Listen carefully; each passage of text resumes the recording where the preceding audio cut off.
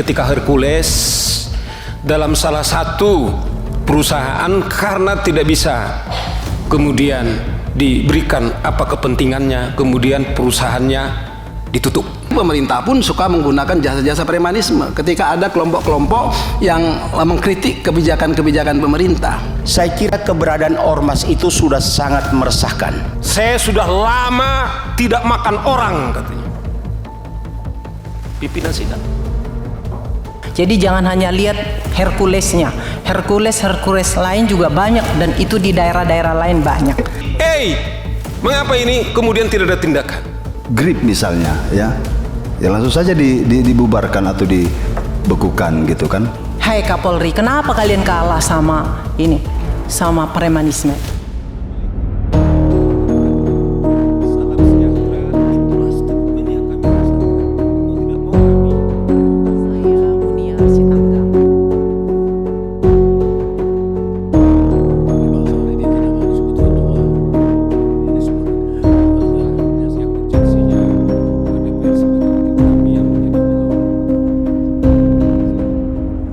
Sepertinya supremacy of the law di Indonesia ini sudah mati.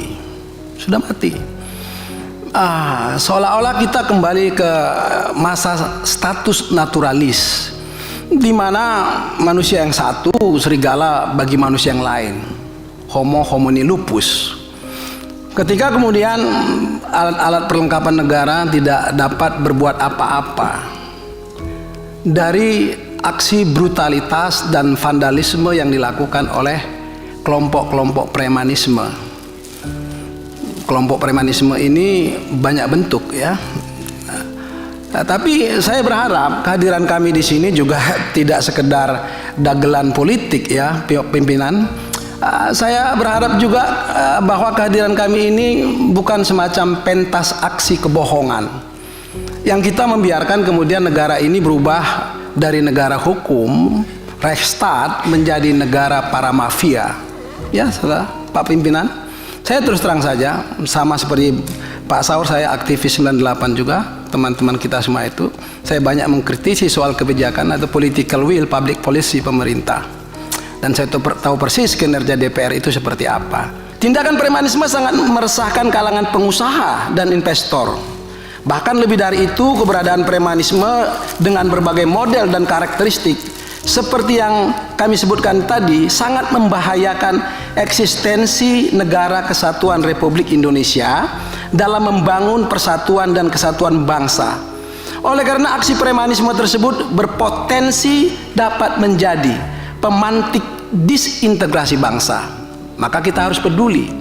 Dan kami berharap pertemuan ini bukan sekedar dagelan politik atau pentas aksi kebohongan. Mudah-mudahan ini harus dibicarakan secara eksplisit, secara serius dan mendalam, ya. Hal yang kami sampaikan oleh karena berdasarkan pemantauan kami, banyak juga aksi-aksi premanisme yang mengamputasi hak-hak asasi warga negara untuk menyampaikan pendapat dalam bentuk aksi demo. Itu satu. Nah, negara atau pengusaha atau kelompok tertentu sering juga menggunakan jasa-jasa premanisme untuk memberangus ini. Nah, kita harus jujur. Bahkan lebih dari itu, pemerintah pun suka menggunakan jasa-jasa premanisme ketika ada kelompok-kelompok yang mengkritik kebijakan-kebijakan pemerintah. Ketika Hercules dalam salah satu perusahaan karena tidak bisa kemudian diberikan apa kepentingannya, kemudian perusahaannya ditutup. Kalau dari kami perspektif advokat sudah sangat telanjang, ini mestinya harus sudah ditindak. Itu yang dikatakan Daniel. Adakah sampai detik ini kita berbicara, jangankan dibekukan, diperingatkan pun tidak. Contoh yang lain, saya masih ingat nih, telanjang nih pimpinan. Kami sebenarnya sudah menyiapkan, ada satu hari dia mengeksekusi barang. Di situ ada Brimob. Kemudian ada seorang warga negara Indonesia. Kemudian itu disidang itu dan dibilang, saya sudah lama tidak makan orang, katanya. Pimpinan sidang diam itu. Brimob itu diam. Kalau aparat negara yang kita biayai dari APBN kita dipersenjatai saja tidak mampu berbuat apa-apa, saya tidak tahu Komisi 3 mungkin secara pribadi Anda mungkin berhak untuk mengusulkan untuk punya senjata. Tapi saya tahu teman-teman saya ini pimpinan, saya tahu persis, saya bisa bertanggung jawab. Sekalipun kami para advokat berhak untuk memberikan senjata, tidak ada. Tapi lihat ormas-ormas itu, mereka pakai ada PM-nya, telanjang sekali itu pistol-pistolnya, tidak ada itu ditangkap. Saya mengingat salah satu ormas di daerah Riau itu, dia kejar-kejar dengan belati, ditarik itu pistolnya, tetapi itu polisi tidak bisa berbuat apa. Itu yang dibilang beliau ini, apakah ini negara-negara hukum? Bagaimana aparat kepolisian kemudian diancam dengan pistolnya, kemudian tidak berbuat apa-apa? Aparat penegak hukum kita harusnya bisa melakukan penindakan langsung. Nah mungkin dengan saya tidak tahu produk apa yang dikeluarkan oleh Komisi 3, apakah itu sifatnya rekomendasi ataukah koordinasi yang dapat meminta kepada penegak hukum itu untuk langsung melakukan tindakan. Kadang kita ini kalau nggak ada laporan nggak ditindak, padahal jelas nyata-nyata terang ada suatu perbuatan yang dikategorikan perbuatan kriminal. Nah Bapak Ibu, saya langsung sebut saja nama, misalnya kayak Hercules, senior Bang Saur juga sudah mengatakan tadi, itu sudah tindakan nyata dengan organisasi yang bernama GRIP itu, ya. Nah, ini kita miris ketika nama ini berulang kali disebut soal organisasi besar, seolah-olah Hercules ini orang besar gitu ya.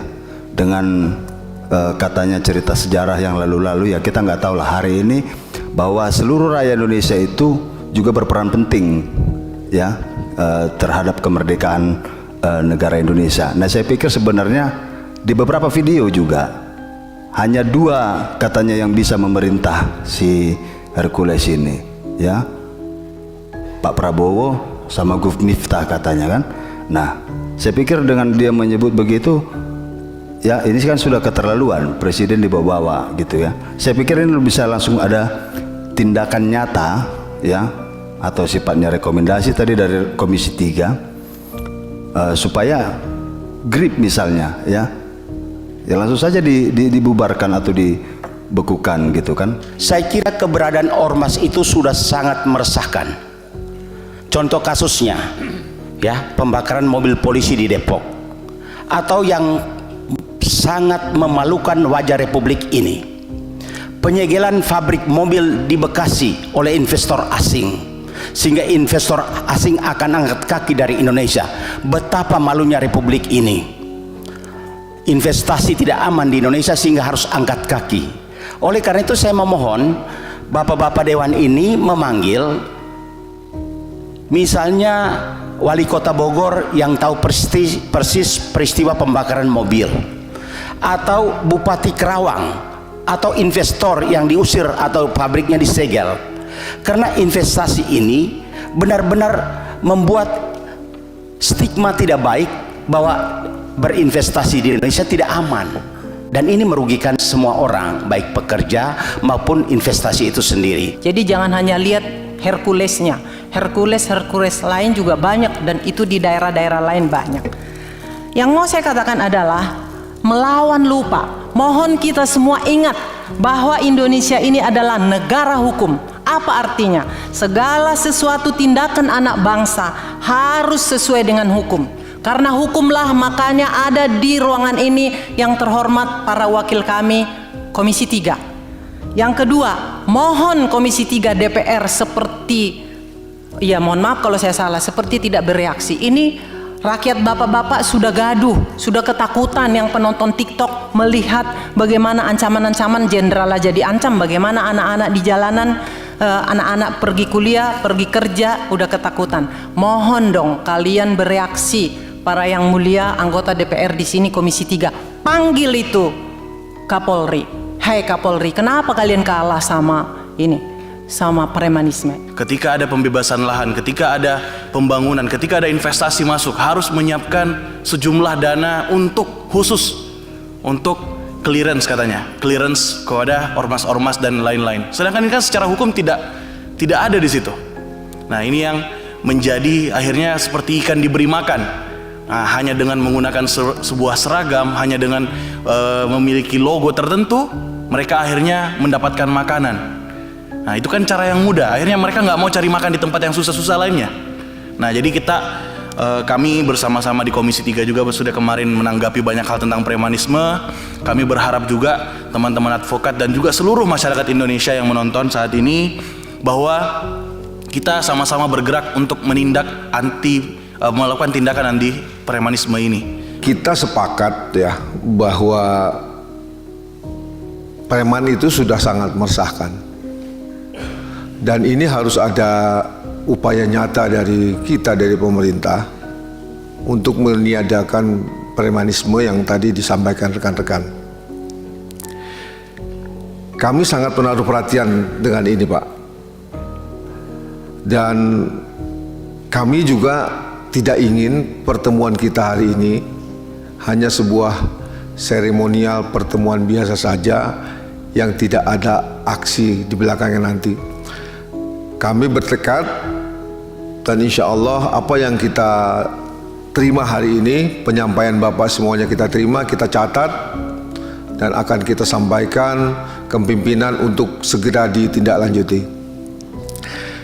Kemudian kami juga akan mendorong aparat penegak hukum untuk tegas dan jangan takut dengan preman. Kita menghormati setiap warga negara yang bekerja, mencari nafkah. Itu adalah hak setiap orang. Tapi apabila dalam menjalankan tugas, bekerja, dilakukan dengan cara-cara melanggar hukum, tentu kami tidak diam, kami mendorong supaya aparat penegak hukum hadir di situ. Tindak tegas setiap orang yang melaksanakan kegiatan dengan cara-cara melanggar hukum. Jadi itu kami perlu tekankan bahwa negara tidak boleh kalah dengan cara-cara yang dilakukan dengan melanggar hukum.